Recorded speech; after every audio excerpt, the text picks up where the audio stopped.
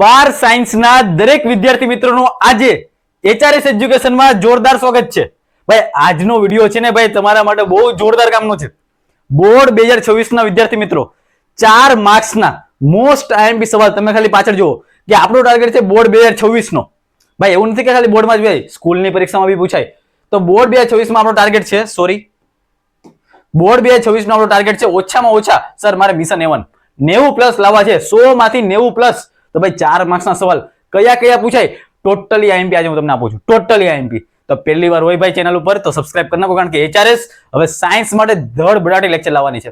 Physics હોય, chemistry હોય, biology, આના પછી ગુજકેટ અને નીટ બધા માટે એચઆરએસ તમારો સાથ આપવાની છે. તો છેલ્લે સુધી રહેજો યાર. તમારા નીટ સુધી સાથ આપવા માટે એચઆરએસ હંમેશા તૈયાર છે. તો બાયોલોજીની અંદર 4 માર્ક્સના કેટલા માર્ક્સના મારા ભાઈ 4 માર્ક્સના મોસ્ટ આઈએમપી સવાલ કયા કયા વાંચવા, કયા ચેપ્ટર કરવા, બધી માહિતી આપી દઉં છું. છેલ્લે સુધી રહેવાનું છે. અને હા, એચઆરએસ ની ખાસિયત છે કે છેલ્લે છે ને એફવાયક્યુ આપે. એફવાયક્યુ એટલે કે ફ્યુચર યર ક્વેશ્ચન. બોર્ડ 2026 માં કયા સવાલ દેખાઈ શકે એ બી એચઆરએસ તમને કહેશે. તો છેલ્લે સુધી જોવાનું છે. તો કયા કયા ચેપ્ટર કરવા પડે ભાઈ 4 માર્ક્સ માટે? કેટલા માર્ક્સ માટે ભાઈ? 4 માર્ક્સ માટે. જો મારે 4 માર્ક્સની મહેનત કરવી છે તો 4 માર્ક્સમાં કયા ચેપ્ટર કરવા? તો સૌથી પહેલા ચેપ્ટર નંબર 2, ચેપ્ટર 4, 5, 7 અને 9. આવડું તમારું માનવ પ્રજનન વાળું. કયા કયા ચેપ્ટર કરવા? તો ખાલી 5 ચેપ્ટર કરવાના છે. 2, 4, 5, 7 અને 9. આ 5 ચેપ્ટર કરશો તો 4 માર્ક્સનું તમારું ટેન્શન ખતમ. પણ સર આ 5 ચેપ્ટરમાં કયા કરવા? બધા આઈએમપી આપું છું ભાઈ. છેલ્લે સુધી રહેજો. હું સાયન્સનો જ હતો ભાઈ. સાયન્સમાં 12 સેમમાં બધું કમ્પ્લીટ કરીને આવ્યો છું. ડોન્ટ વરી યાર, એજ ભલે નાની છે પણ એનાલિસિસ બહુ મોટું છે. છેલ્લે સુધી રહેજો ભાઈ, બહુ કામ લાગશે. સૌથી પહેલું ચેપ્ટર નંબર 2 માનવ પ્રજનન.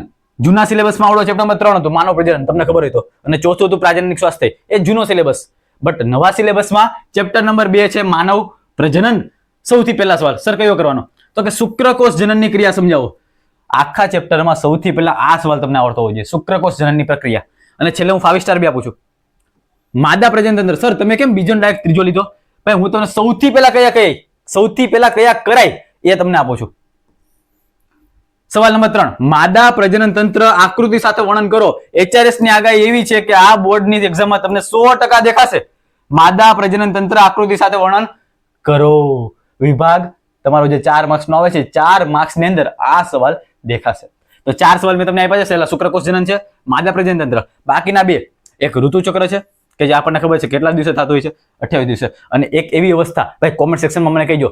બોર્ડનો એક કરાવું છું એફવાયક્યુ કે બોર્ડમાં પૂછી શકે કે એ કઈ ઉંમર આવે કે સ્ત્રીઓમાં અંડકોષ મુક્તત્વ બંધ થઈ જાય, અંડકોષનું નિર્માણ જ નહીં થાય, એ કઈ અવસ્થા કહેવાય?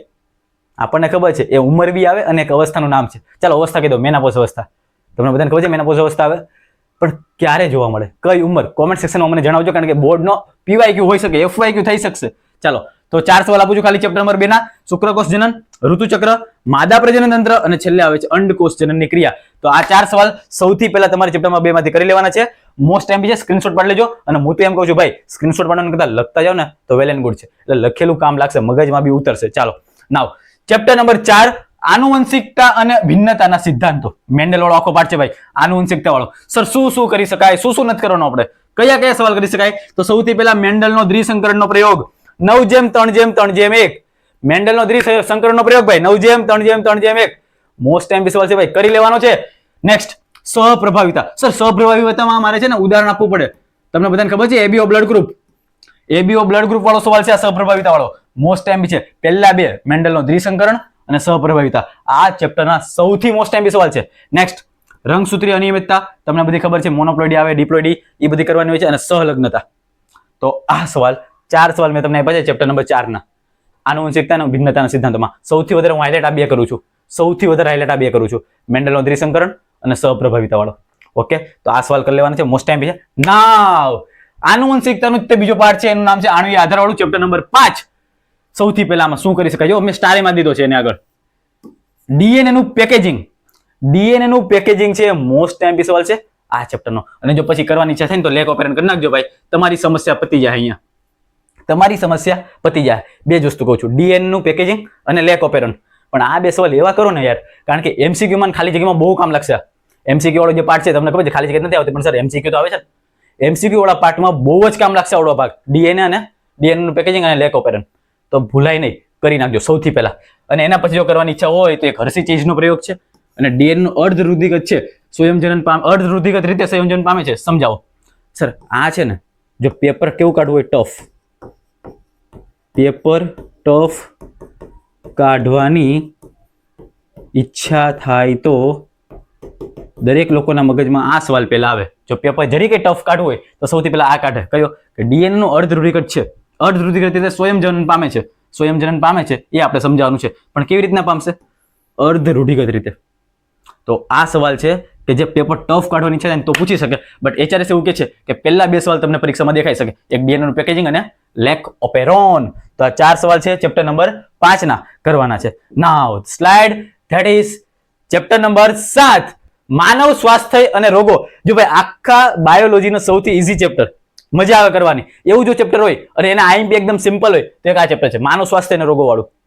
હું તમને કહું છું સર કયું પૂછાય. જો એક તો આવડવા મેલેરિયા વાળું. HRS ની આગાહી છે કે પ્લાઝ્મોડિયમ સંપૂર્ણ જીવનચક્ર બધા તબક્કાઓ. ભાઈ આમાં ખાલી તમે પ્લાઝ્મોડિયમ લખો તો ના ચાલે, બધા તબક્કા લખવાના હોય છે. કયા? બધા જ તબક્કા લખવાના. જ્યારે થૂકમાંથી બે બહાર આવશે ત્યાં સુધીનું બધું જ એક વસ્તુ. જ્યારે ઓલો આપણને ડંખ મારે ને, ઓલું મચ્છરિયું આપણને ડંખ મારે ત્યારથી લઈને છેલ્લે સુધીના બધા તબક્કા આપણે મેલેરિયામાં લખવાના હોય છે. મેલેરિયાને કરવા વાળો કોણ? પ્લાઝ્મોડિયમ. પ્લાઝ્મોડિયમ આપણને ખબર 4 પ્રકારના આવે, વાયુએક્સ વાળો, ફાલ્સિફેરમ વાળો. તો ઈ સવાલ છે આવડવા, કરી લેજો મારા ભાઈ. નીટ અને ગુજકેટમાં બી આમાંથી બહુ સવાલ પૂછાય છે, તો આ સવાલ તમારા માટે કામનો છે. નેક્સ્ટ, હું આના ઉપર વધારે ફોકસ નથી કરતો, પણ હું ફોકસ કરું છું આ એઇડ્સ વાળા ઉપર. એક્વાયર્ડ ઇમ્યુનો ડેફિશિયન્સી સિન્ડ્રોમ કેનાથી થાય છે? HIV નામનો વાયરસ ભાઈ, હ્યુમન ઇમ્યુનો વાયરસ.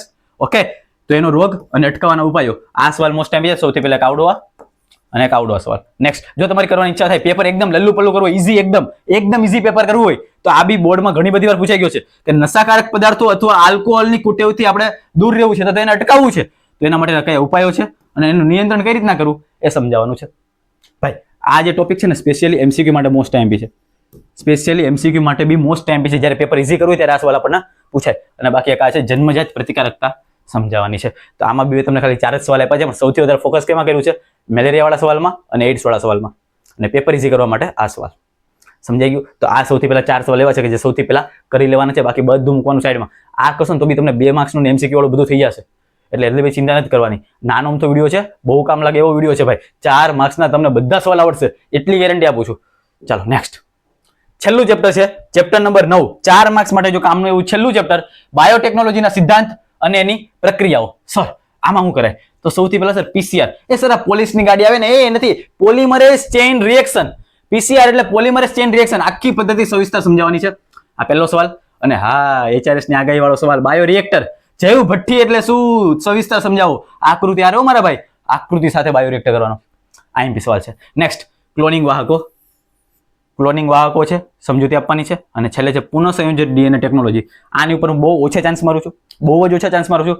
HRS બધું વસ્તુ નહીં આપી દે તમને, કામનું એ જ આપશે. તો હું તમને એમ કહું છું કામનું છે ને કે આ પહેલો સવાલ છે અને આ ક્લોનિંગ વાહક વાળો, એ બે કામના છે. અને બાયો રિએક્ટર જો પૂછાય તો એમાં તમારે કરવી પડશે આકૃતિ સાથે, આકૃતિ સહ. એટલે એ ભૂલવાનું નથી. જો તમારી પાસે આનું વાંચવાનું મટીરિયલ નથી તો બિંદાસ મેસેજ કરો, વાંચવાનું મટીરિયલ હું તમને પ્રોવાઈડ કરી દઈશ, ડોન્ટ વરી. બાકી હવે આપણે તમારે મારે ભેગા થઈને A1 લાવવો છે એ વાત ફિક્સ છે હવે. ઓકે, તો આ તમને 4 સવાલ આપ્યા છે, એમાંથી સૌથી વધારે કયો કરો? તો PCR કરો અને ક્લોનિંગ વાહકો કરો. અને બાયો રિએક્ટર જો કરવું હોય તો એ આકૃતિ સાથે કરવાનું છે, બાકી નથી કરવું. કરવું હોય તો આકૃતિ હારે કરો, એકદમ ફિક્સ કરો, પરફેક્ટ કરો. કારણ કે જો પરીક્ષામાં પૂછાઈ જાય ને આકૃતિ નહીં દોરો તો નહીં મજા આવે. એટલે એ સવાલ કરવો હોય તો આકૃતિ સાથે કરજો. બાકી મેં તમને IMP આપી દીધા છે. નાવ HRS તમને હંમેશા FYQ આપે. સર FYQ એટલે શું?